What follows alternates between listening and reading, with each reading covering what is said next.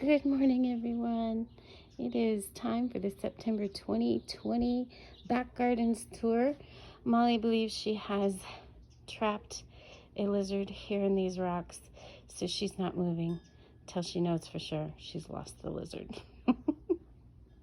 I hope this video finds all of you well. I have given up using that one camera I was using. It just didn't work out for me. It was really sweet. Hubby gave it to me, but I'm going to be finding something a little bit different to use. So for now, I'm back to the phone camera, and when I hopefully I can update and have a little better quality video next month. So, oh, I guess she's given up. She's off chasing something else. Made a few changes, nothing major, but I have been able to clean up a little bit in the yard. Our roses are looking so beautiful today. We'll turn around and look at them from the other direction. I have built some climbing stakes here for the muscadine because it needs something to climb up. I did that over there too. So hopefully it'll grow upwards easily now. Little Rose in the corner with Molly's shoes, doing fine. This whole area still needs a little bit of work, but oh, she's back. It's so funny. Once a lizard's in one place, she's sure, Molly, you're going to get your little head stuck in there. Gonna have to move her. Look at those roses. The last days of summer in the soft fall is just so lovely. These have done really well. They have now been in the ground 3 years, so this is their third summer basically, and they're looking really good. I will trim them back pretty well this winter, but for now they're lovely. The grass is doing pretty well. I have a lot of clover in it. We'll go look at some of the bigger clover patches later. Got a little tree that's kind of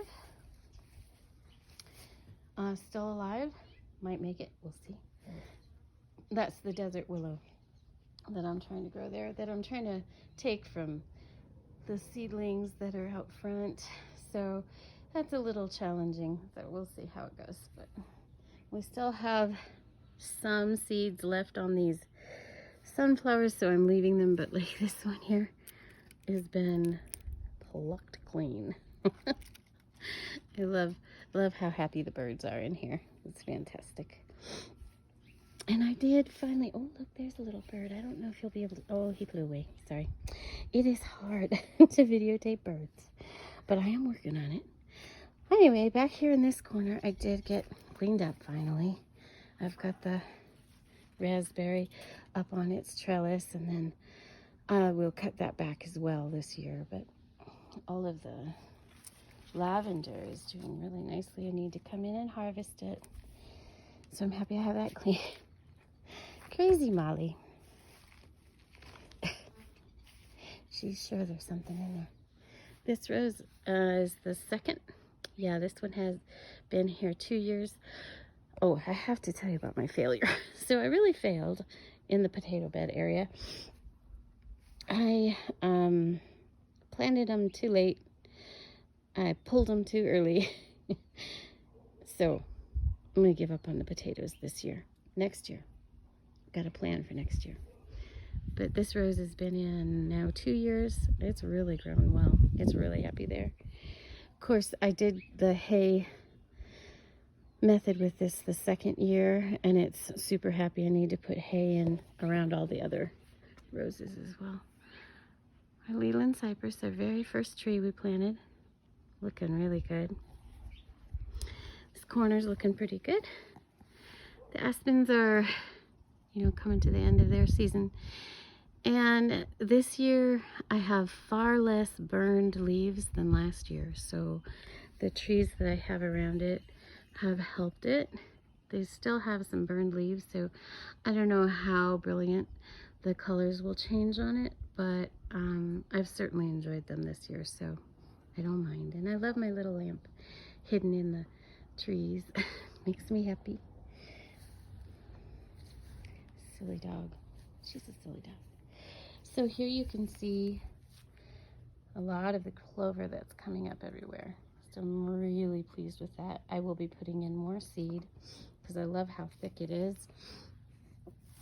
And it, you know, stays green much longer through the season and takes less water. So that's important to us.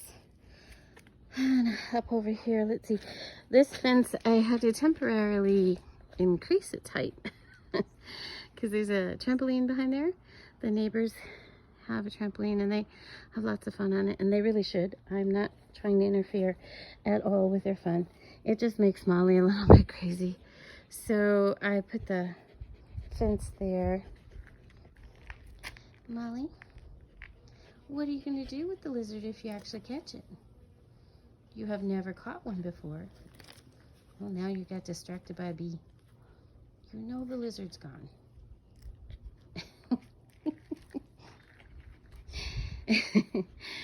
Yeah, so it's just there until there's no more trampoline.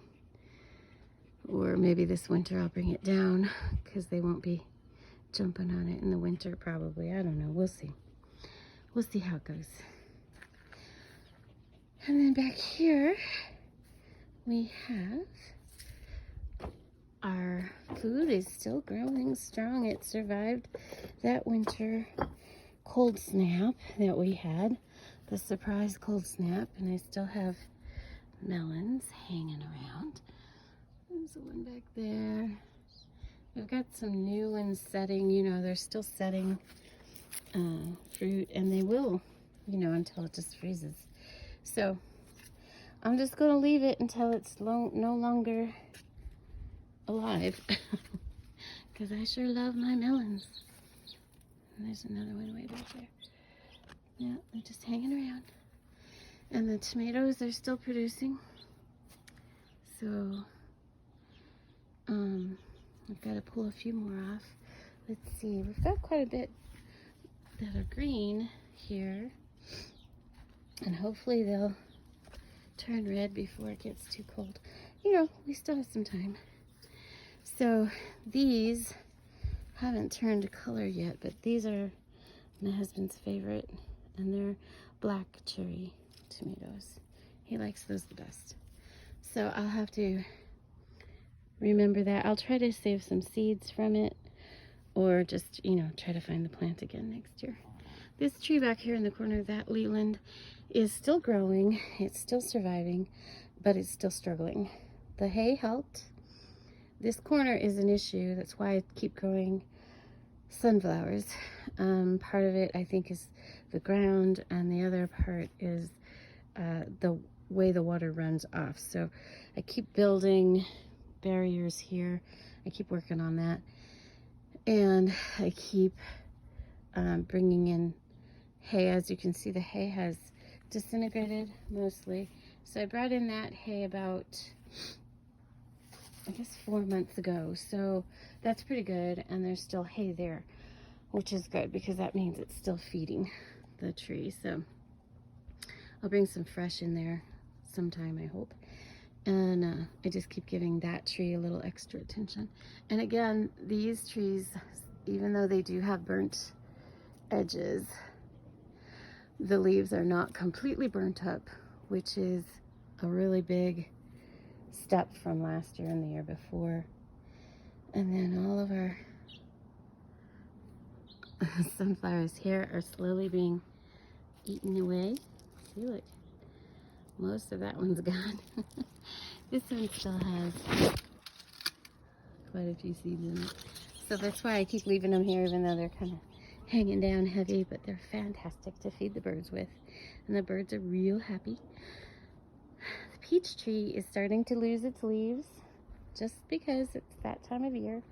And I will be cutting that tree back a lot this year because it's really overgrown. I'll do that this winter, and then hopefully it'll survive that. The strawberry plants are still fine. I've got clover coming up in here. Little bits of clover there. I've also I think this is creeping thyme. I'm not positive, but it's a really great ground cover, so I leave it. It's fantastic. And so it's nice to have that part here, somewhat green. And then this is getting there. I put, you know, sod down, but of course it didn't do great up there, which I hadn't really had happen before. I like to put it down and then get the clover seed into it because it gives it a nice, you know, mattress to start with. But I hadn't had all of the grass die off like that before, but that's okay. It's coming back and it's being replaced with the ground cover that I wanted, so that's really good. And I wanted to look at this end all the way at the far end there. That wall, that end used to be the ugliest part of the yard last year. This year it's complete and looking really good. And then this end over here was the ugliest part of the yard for a long time. And now it's really lovely. And I love the neighbor's mimosa tree behind it. I love that tree.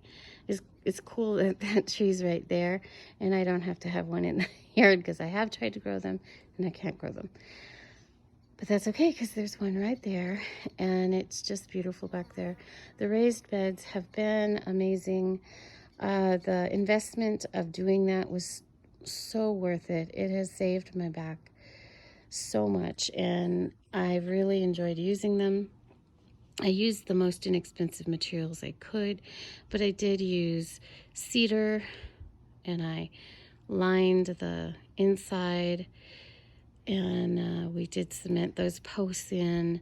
So, you know, I did some things. It wasn't like cheaply made. It's just I used the most inexpensive materials I could. And the biggest investment is, of course, filling it with dirt. And, you know, I usually put fillers underneath, like boxes and wood that I've got hanging around. I think straw would probably be more effective, but that's just what I had, so that's what I used. And it's really, really worth it. So I'm really grateful. Hubby put those in for me this year. Helped me out do that. Helped me out doing that. Oh, I get so tongue-tied. Over here I have a new project going on. It looks silly right now. And this is the gate that I was planning on putting in here. And it's really just a gate that you lift and move because it really can't be hinged. There's too many things in the way and I don't want to move stuff. So I got it partially put together, but I ran out of material and I just used the material I had laying around. So I will get a few more, probably the cedar pickets, to fill in that hole. Molly at first was like, huh, what is this? What do? I can't get over there. And then the next day she's jumping through the hole. So she just takes a minute to study it. But that's going to be really nice because it's just going to hide away a lot of the work stuff that I have back there. And I'm still planning on building a shelf along the wall back there. And then I'll put those stools underneath. I find those stools to work so much better than sawhorses. They're sturdier. They're at a good height for me. Because I have some sawhorses, but they've already fallen apart. So these are much more effective. And so I'm going to put them, just leave them here, and I'm going to put a shelf over top of them. They can slide under it and have a little more stuff in there to clean up. But mostly I have the area cleaned up. So I have some new stuff. I'll show you. Molly's not going to cooperate by hanging out there for us because she's just in her obsession, her lizard obsession. But I got the porch cleaned up. Ooh. So hubby had requested a rocking chair instead of the Papasan that was there. So I took and repurposed the Papasan cushion for Miss Molly because, you know, we had that ottoman here, but she couldn't jump up on it anymore. So This is really perfect, except for when she's chasing lizards. And so I hang out here. She hangs out here. It's a really nice little corner for us. And then down here is this really fantastic sunflower that a really great friends of mine had printed out for me. And I've had it all over the place. I've moved it all sorts of places, and I've enjoyed it everywhere I've had it. And then there's this dog door there. And Miss Thing over here, Miss Obsessive over lizards, won't go through it. And I tried for years to train her, to bribe her. I used all the good stuff. She just don't want to do it. So, and it's not because she doesn't like going through things. It's because she doesn't want to go outside by herself. She's so funny about that. It's like, no, you have to go with me. So I'm not going through that door. But it's really ugly. So I have tried all sorts of different things to try to cover it.